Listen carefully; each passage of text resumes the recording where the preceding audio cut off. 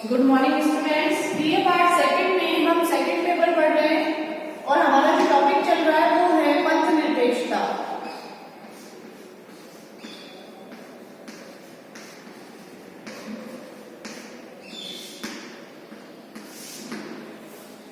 Secularism हमारा जो topic चल रहा है पंथ निरपेक्षता भारत के अंदर बहुत ही ज्वलनशील मुद्दा है। ये कहने का तात्पर्य ये है कि भारत के अंदर एक समस्या बनी हुई है धर्म को लेकर, चाहे वो चुनाव हो या आम जनजीवन हो।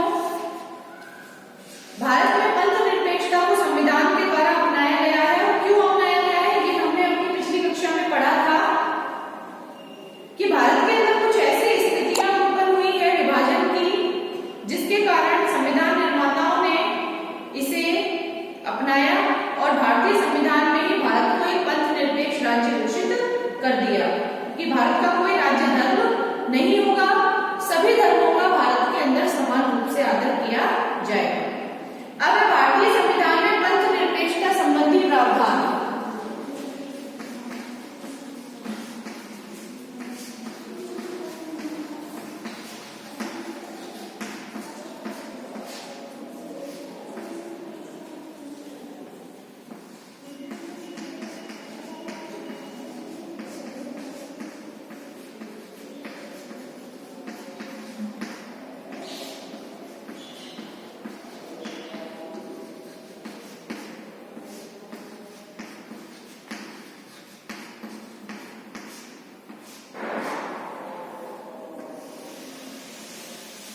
भारतीय संविधान में पंथ निरपेक्षता संबंधी प्रावधान।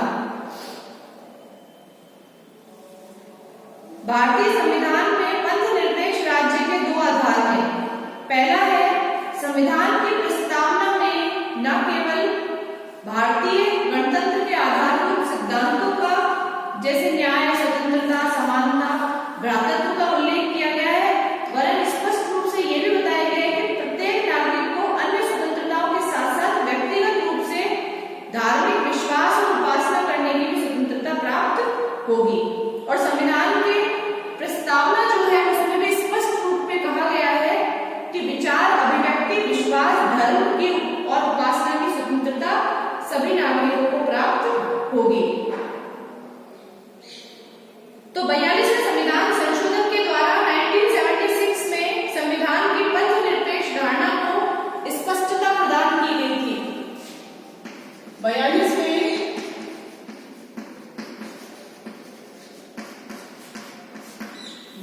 संविधान संशोधन के द्वारा 1976 में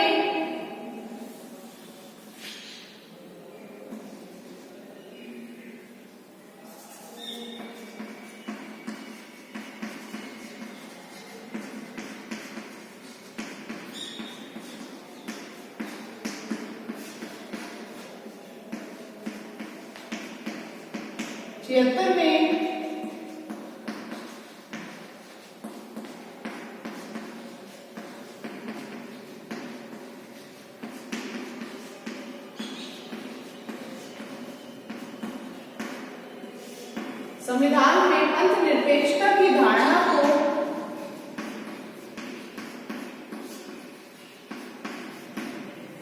स्पष्टता प्रदान की गई थी।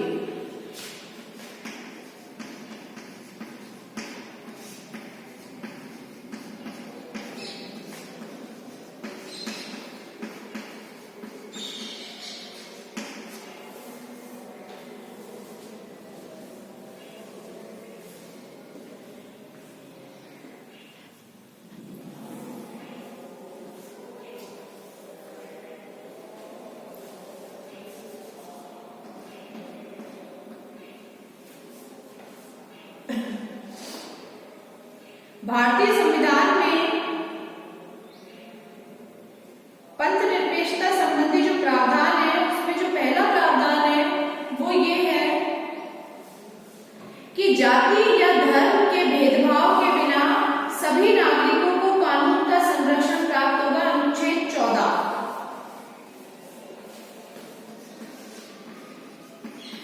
जाति या धर्म के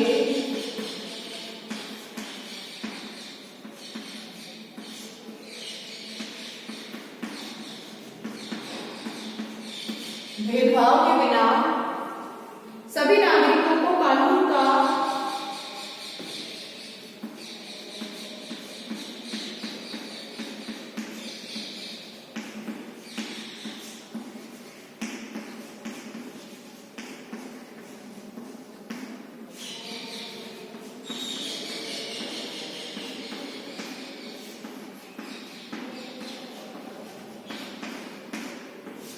समान संरक्षण प्राप्त होगा। ये है अनुच्छेद 14।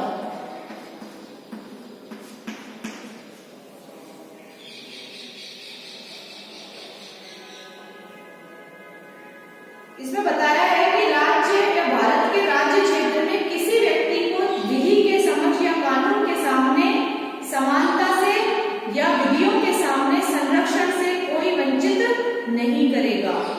दूसरा है इसमें धर्म, मूलवंश या जाति आदि के आधार पर भेदभाव जो है वो नहीं किया जाएगा।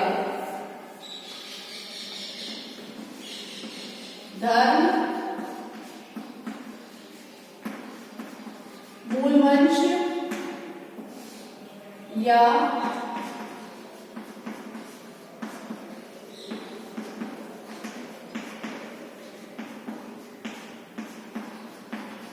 जाति के आधार पर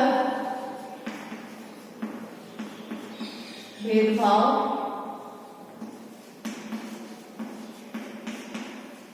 प्रतिषेध होगा।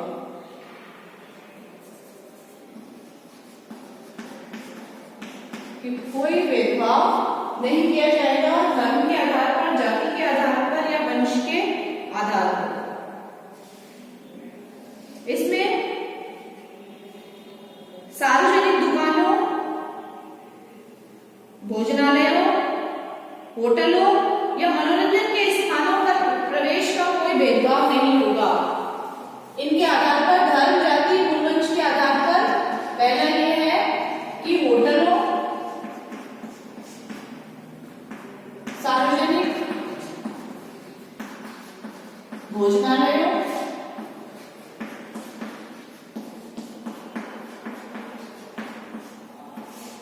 स्थानों, मनोरंजन के साधनों, मनोरंजन के स्थानों में भेदभाव नहीं होगा। और ये बताया गया है अनुच्छेद 15 में। संविधान के अनुच्छेद 15 में बताया गया है कि होटल में या किसी भी सार्वजनिक स्थान पर धर्म के आधार पर, जाति के आधार पर, वंश के आधार पर, लिंग के आधार पर कोई भेदभाव नहीं किया जाएगा। दूसरा इसमें बताया है कि राज्य के द्वारा समर्पित कुएं, तालाबों, स्नान घाटों, सड़कों या सार्वजनिक समागम के स्थानों के उपयोग में नागरिकों से कोई भेदभाव नहीं किया जाएगा। दूसरा इसमें है कि राज्य सरकार द्वारा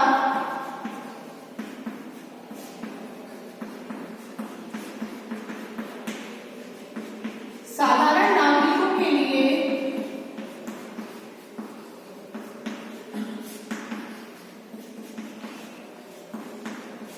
पोषित, यानी उनके द्वारा बनाए गए, सरकार के द्वारा पोषित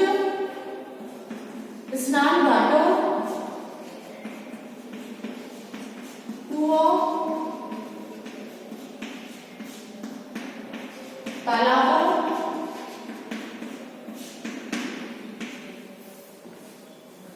सार्वजनिक सड़कों,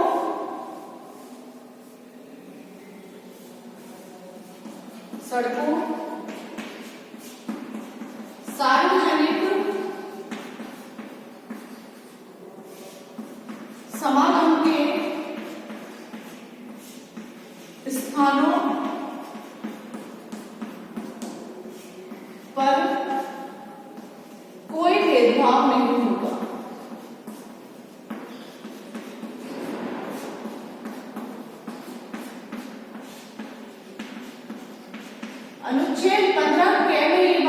बताई गई है।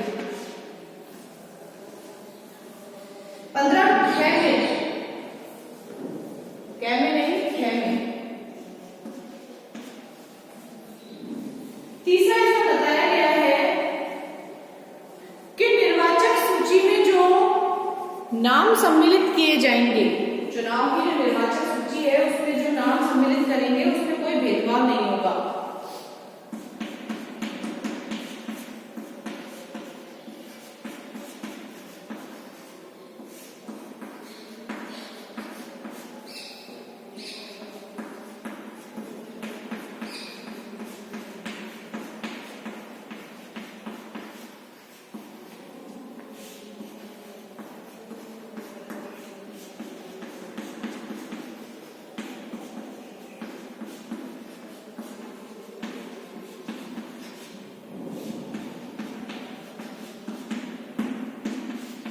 ये है अनुच्छेद 325।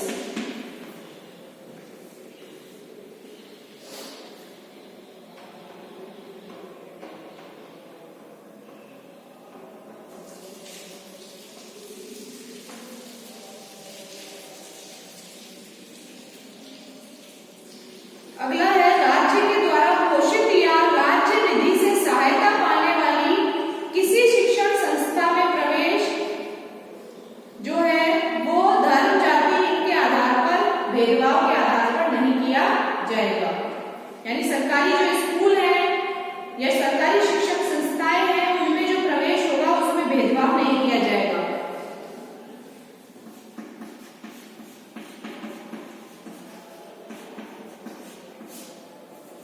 सरकारी शिक्षण संस्थाओं में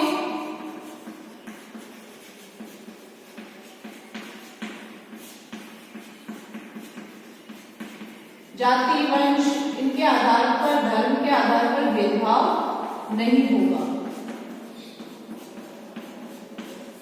और ये है अनुच्छेद 29(2).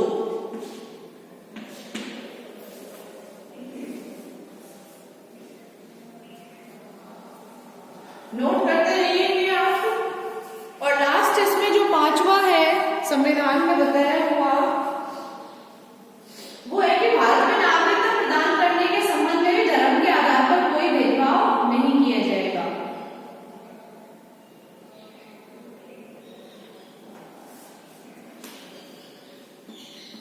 पांचवा है 1955 में पारित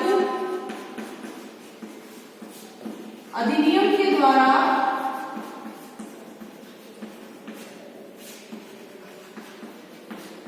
भारत में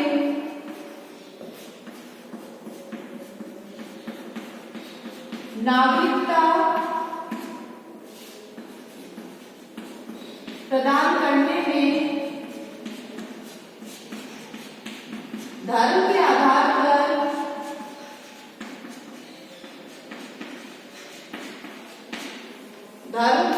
आधार पर भेदभाव नहीं होगा।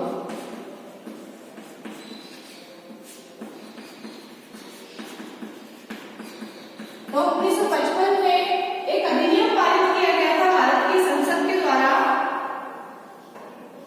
तो उससे पता चलता है कि भारत के अंदर नागरिकता जब दी जाएगी तो धर्म के आधार पर कोई भेदभाव नहीं किया जाएगा। नोट कर लीजिए आप इसे।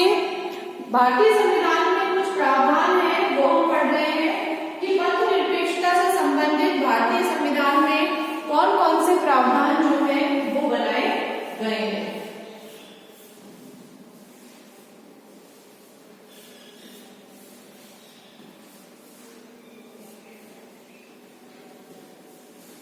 इसके बाद में एक स्वतंत्रता दी गई है धार्मिक अधिकारों की स्वतंत्रता।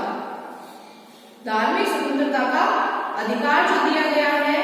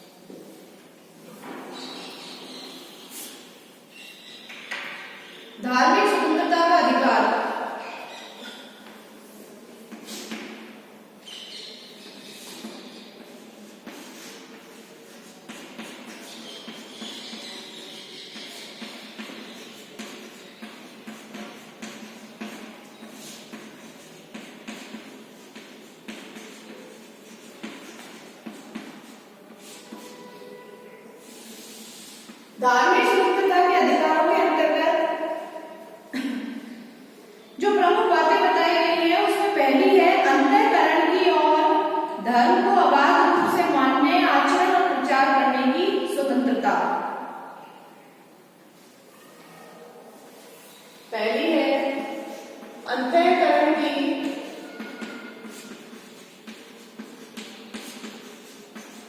वह धर्म को अबाध रूप से बिना किसी बाधा के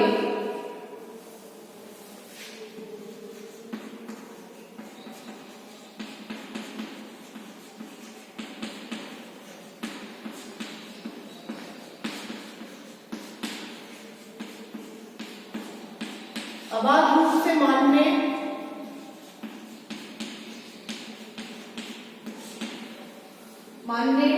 आचरण करने और प्रचार करने की स्वतंत्रता।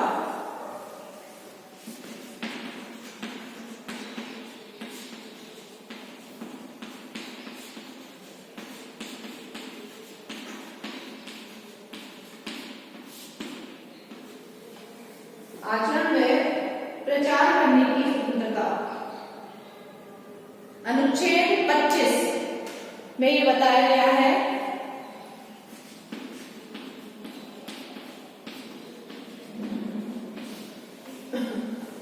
दूसरा है इसमें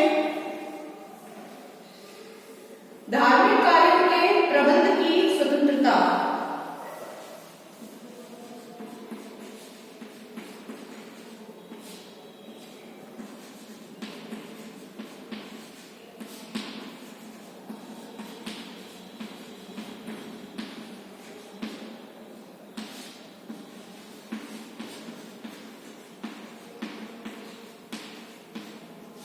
और ये है अनुच्छेद 26 में धार्मिक कार्यों के प्रबंध की स्वतंत्रता जो दी गई है अनुच्छेद 26 में दी गई है कि आप किसी भी सार्वजनिक आधार पर या सार्वजनिक स्थान पर आप बैठ करके भजन कर सकते हैं, कीर्तन कर सकते हैं, कोई भी धार्मिक समारोह जो है आप आयोजित कर सकते हैं शांतिपूर्ण तरीके से, आपको कोई नहीं रोकेगा। साथ ही आपने धर्म विषयक कार्यों का प्रबंध, चल अचल संपत्ति के अर्जन और स्वामित्व, आप कोई मंदिर बनवा सकते हो, मस्जिद बनवा सकते हो अगर आपके पास पैसा है, और ऐसी संपत्ति का कानून के अनुसार प्रशासन करने का भी आपको अधिकार होगा। आप न केवल उनका निर्माण करा सकते हो बल्कि उन धार्मिक संस्थाओं को आप अपने हिसाब से आप उनका प्रशासन करने यानी उनको चलाने का भी अधिकार जो है वो रखते हो। तो धार्मिक कार्यों के जो प्रबंध की स्वतंत्रता है वो भारतीय संविधान में पंथ निरपेक्षता के प्रावधानों के अंतर्गत दी गई है। तीसरा इसमें है कि किसी विशिष्ट धर्म की अभिवृद्धि के लिए, किसी विशिष्ट धर्म की अभिवृद्धि के लिए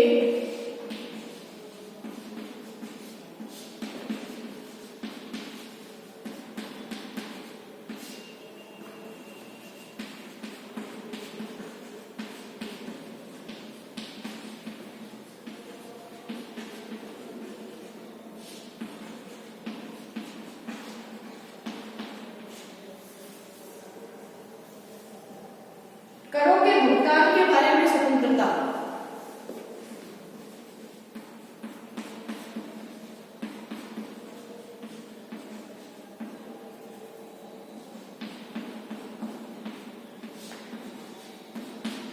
भुगतान के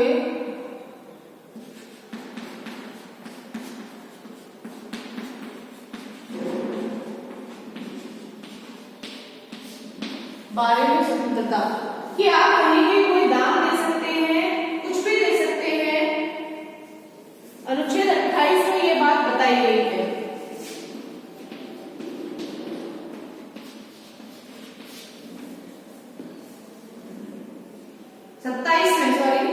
अनुच्छेद 27 में ये बात बताई गई है कि किसी विशिष्ट धर्म की अभिवृद्धि के लिए करों के भुगतान के बारे में आपको स्वतंत्रता दी गई है कि किसी भी व्यक्ति को ऐसे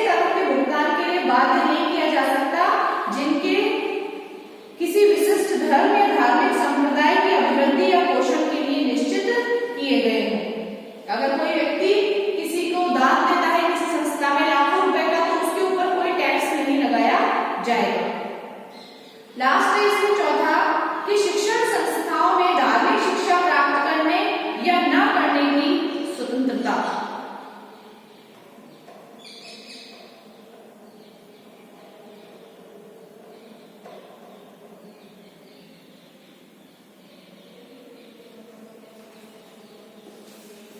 चौथा है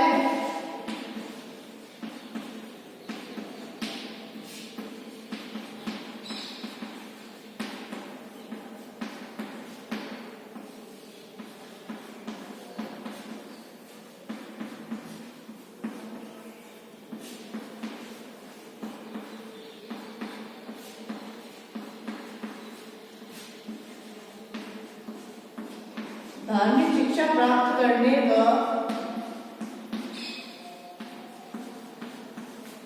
न करने की स्वतंत्रता। ये है आपका अनुच्छेद 28।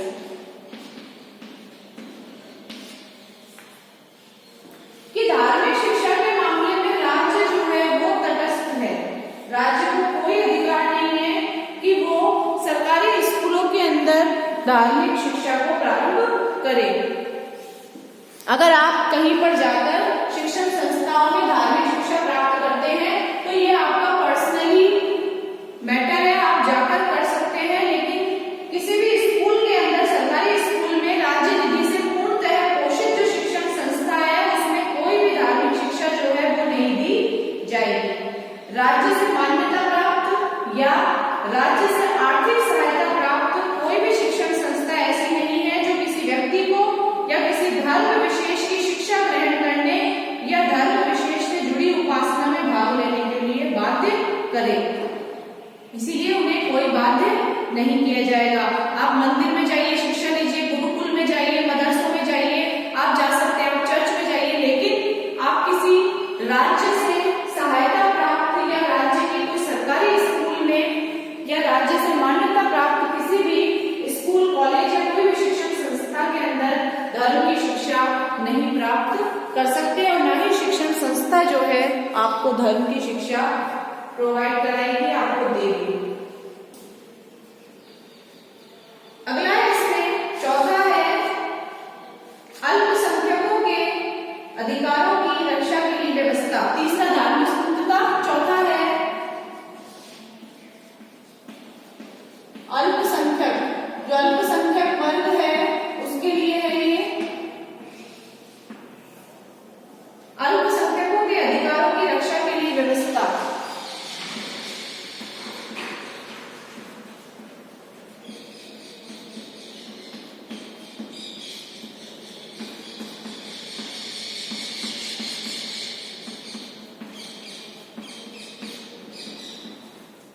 संविधान में जो अल्पसंख्यक वर्ग है उसके लिए अधिकारों की रक्षा के लिए भी व्यवस्था की गई है संविधान के द्वारा।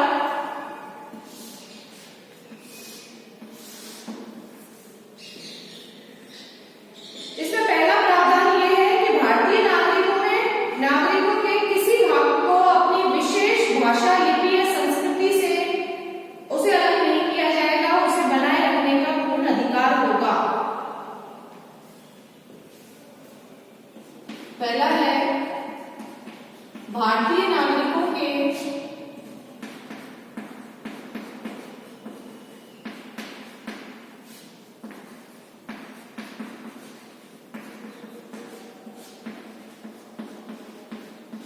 किसी भाग को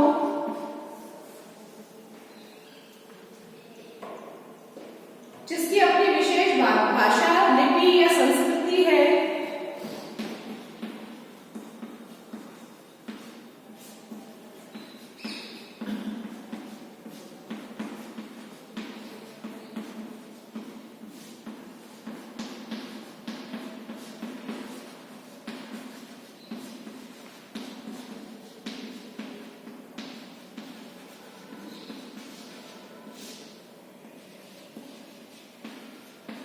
उसे बनाए रखने की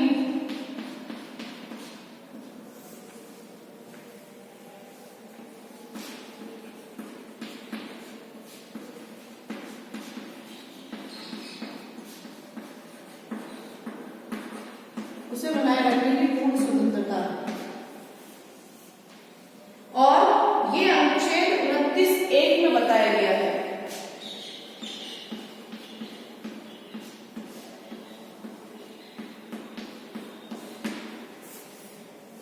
और दूसरा जो अल्पसंख्यकों से संबंधित, जो अल्पसंख्यक वर्ग से संबंधित जो बात है, जो प्रावधान है, वो ये है कि धर्म या भाषा पर आधारित किसी भी अल्पसंख्यक वर्ग को अपनी रुचि के अनुसार शिक्षण संस्थाओं की स्थापना और प्रशासन का अधिकार होगा। राज्य शिक्षण संस्थाओं को सहायता देने में धर्म या भाषा पर आधारित कोई भेदभाव नहीं करेगा।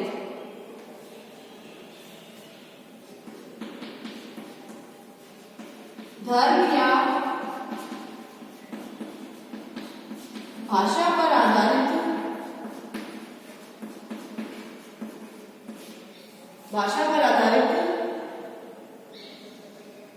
सभी अल्पसंख्यक वर्ग को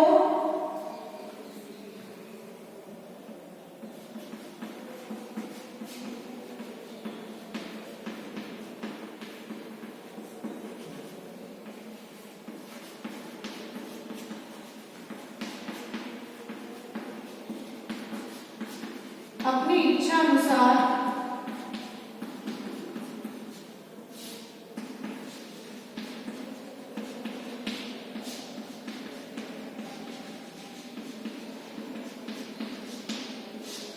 शिक्षण संस्थाओं की स्थापना व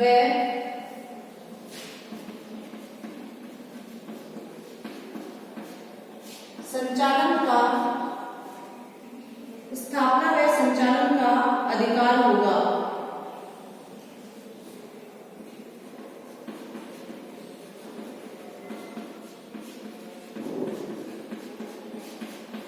राज्य उसमें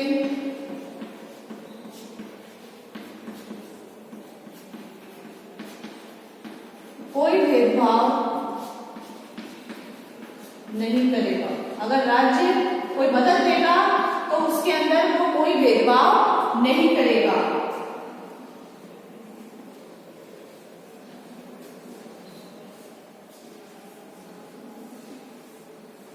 कि धर्म पर आधारित या भाषा पर आधारित जो अल्पसंख्यक वर्ग है उसे अपनी इच्छा के अनुसार शिक्षण संस्थाओं की स्थापना और उनके संचालन का अधिकार होगा। और राज्य अगर उन्हें मदद देगा तो इस आधार पर कोई भेदभाव नहीं करेगा। पांचवा है इसमें लास्ट, आस्तिक और नास्तिक के बीच कोई भेद नहीं।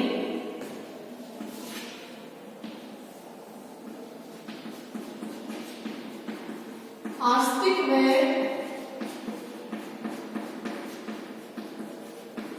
नास्तिक के बीच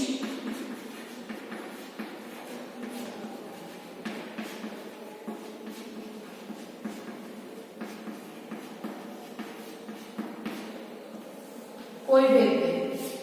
आस्तिक का मतलब होता है जो भगवान में या ईश्वर में या धर्म में आस्था रखता है, और नास्तिक का मतलब होता है जो ईश्वर में आस्था नहीं रखता है। तो भारतीय संविधान में ईश्वर में विश्वास रखने वाले और ईश्वर में विश्वास नहीं रखने वाले व्यक्तियों के बीच कोई भेदभाव नहीं किया गया है। संविधान की तीसरी अनुसूची में जिन पदों का उल्लेख किया गया है उनमें से किसी पद को धारण करने की शपथ ईश्वर में विश्वास रखने वाले व्यक्ति ईश्वर के नाम पर ले सकते हैं, और जिन्हें ईश्वर में विश्वास नहीं है वे सत्यनिष्ठा से भी शपथ ले सकते हैं। तो इस प्रकार संविधान या राज्य व्यवस्था में ना तो आस्तिकता को प्रोत्साहन दिया जाता है कि आप ईश्वर में विश्वास रखिए ही, और ना ही नास्तिकता को प्रोत्साहन दिया जाता है कि आप ईश्वर में विश्वास मत रखिए। तो इस तरह से अगर हम देखें तो व्यवहार में भारत ने सदैव ही पंथ निरपेक्षता के आदर्श को अपनाया है, और एक हिंदू बाहुल्य वाले राष्ट्र होते हुए भी भारत ने सभी धर्मों का सम्मान किया है। भले ही भारत के अंदर हिंदू धर्म के मानने वाले लोग ज्यादा रहते हैं, लेकिन फिर भी भारत के अंदर सभी धर्मों का सम्मान किया जाता है। जैसे 1956 में दिल्ली में बौद्ध धर्म सम्मेलन बुलाया गया, सन 1964 में मुंबई में ईसाई धर्म सम्मेलन, तो इन सभी को सफल बनाने के लिए भारत है। अजमेर में अगर हम देखते हैं तो हर वर्ष ख्वाजा मोइनुद्दीन चिश्ती की दरगाह पर जो उर्स का आयोजन किया जाता है उसमें भी सरकार जो है सारी व्यवस्थाएं देखती है और अपनी महत्वपूर्ण भूमिका निभाती है। तो इस तरह से हम कह सकते हैं कि भारत जो है वो एक पंथ निरपेक्ष राज्य है और संविधान ने भी भारत को एक पंथ निरपेक्ष राज्य बनाने में मदद करी है, क्योंकि संविधान के अंदर ऐसे ऐसे प्रावधान हैं जो ये बताते हैं कि भारत एक पंथ निरपेक्ष राज्य ही है।